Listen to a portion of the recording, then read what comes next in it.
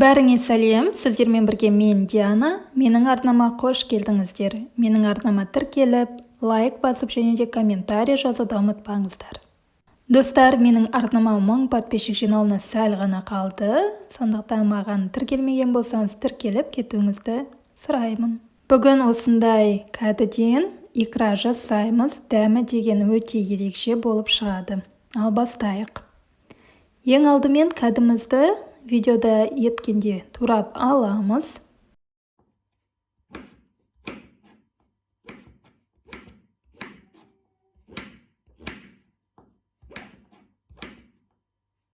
Және де турап болған соң жеке ыдысқа салып қоямыз. Неғұрлым ұсақ турасаңыздар, соғұрлым жақсы болады. Кейін осындай жуамызды аламыз және де оны да ұсақтап турап аламыз.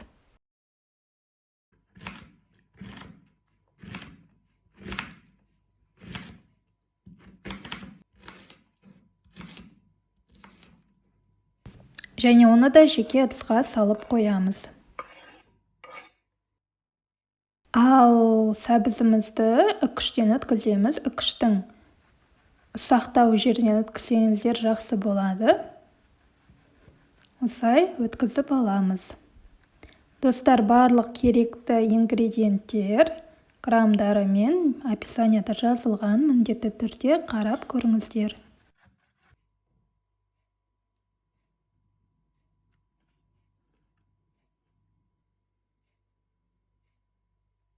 Ал енді қызанақтарымызды дайындаймыз. Ол үшін сырттарын жуып, жақсылап, екі керек емес жерлерін алып тастаймыз және де видеода еткендей турап аласыздар. Егер де қызанақ болмаса, томатная паста қоссаңыздар болады, бірақ қызанақпен өте дәмді болып шығады.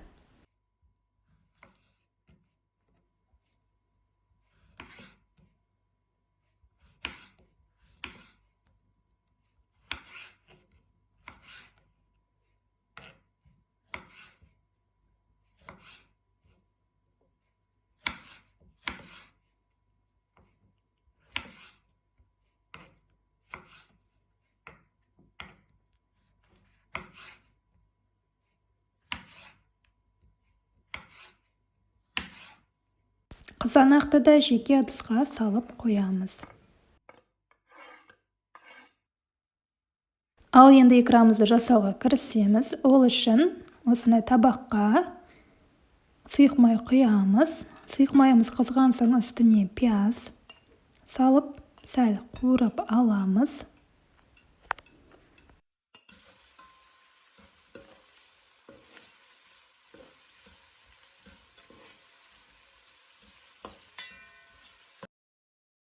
Пиязымыз қуырылған соң үстіне сәбіз саламыз, оны да біраз қуырып аламыз.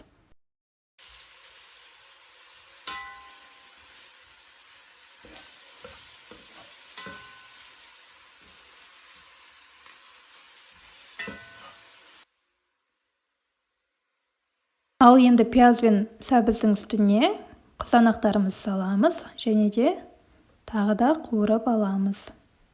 5-10 минуттай.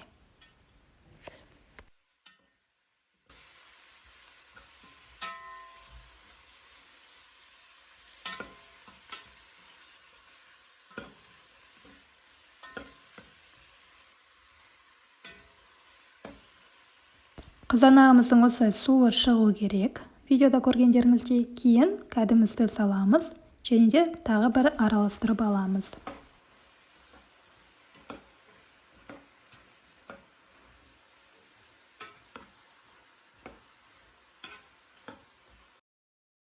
Және де бетін жауып, орташа отта 25-30 минуттай бұқтырып аламыз. Міне бұқтырған соң осылай шығуы керек. Және де осындай блендерларыңыз болса, блендермен өткізіп аламыз. Осындай блендермен массасы өте бірегей пюре сияқты болады. Егер де сізде блендер болмаса, ет тартқышпен өткізсеңіздер болады.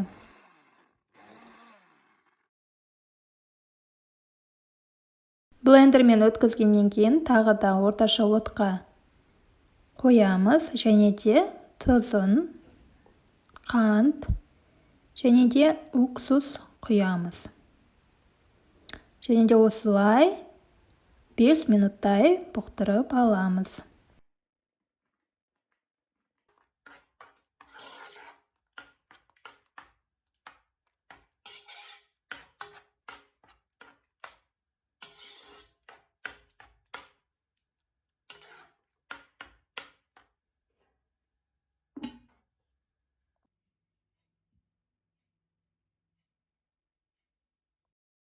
Көріп тұрғандарыңыздай икрамыз өте әдемі болып шықты.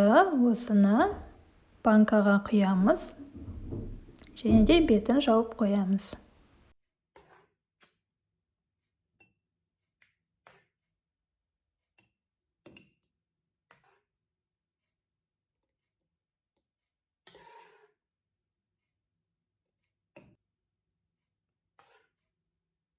Осымен біздің икрамыз дайын болды. Баршаларыңызға ас болсын. Өте дәмді, нанға қосып жесеңіздер тіпті керемет болады. Ал енді осындай жасап көріңіздер және де өз отбасыларыңызды қуантыңыздар. Егер де видео ұнаса маған лайк және де комментарий жазуды ұмытпаңыздар. Баршаларыңызға рахмет. Сіздермен болған Диана. Келесі видеоларда кездескенше. Егер тіркелмеген болсаңыз тіркеліңіздер, себебі менде көптеген пайдалы видеолар шығатын болады. Баршаларыңызға рахмет.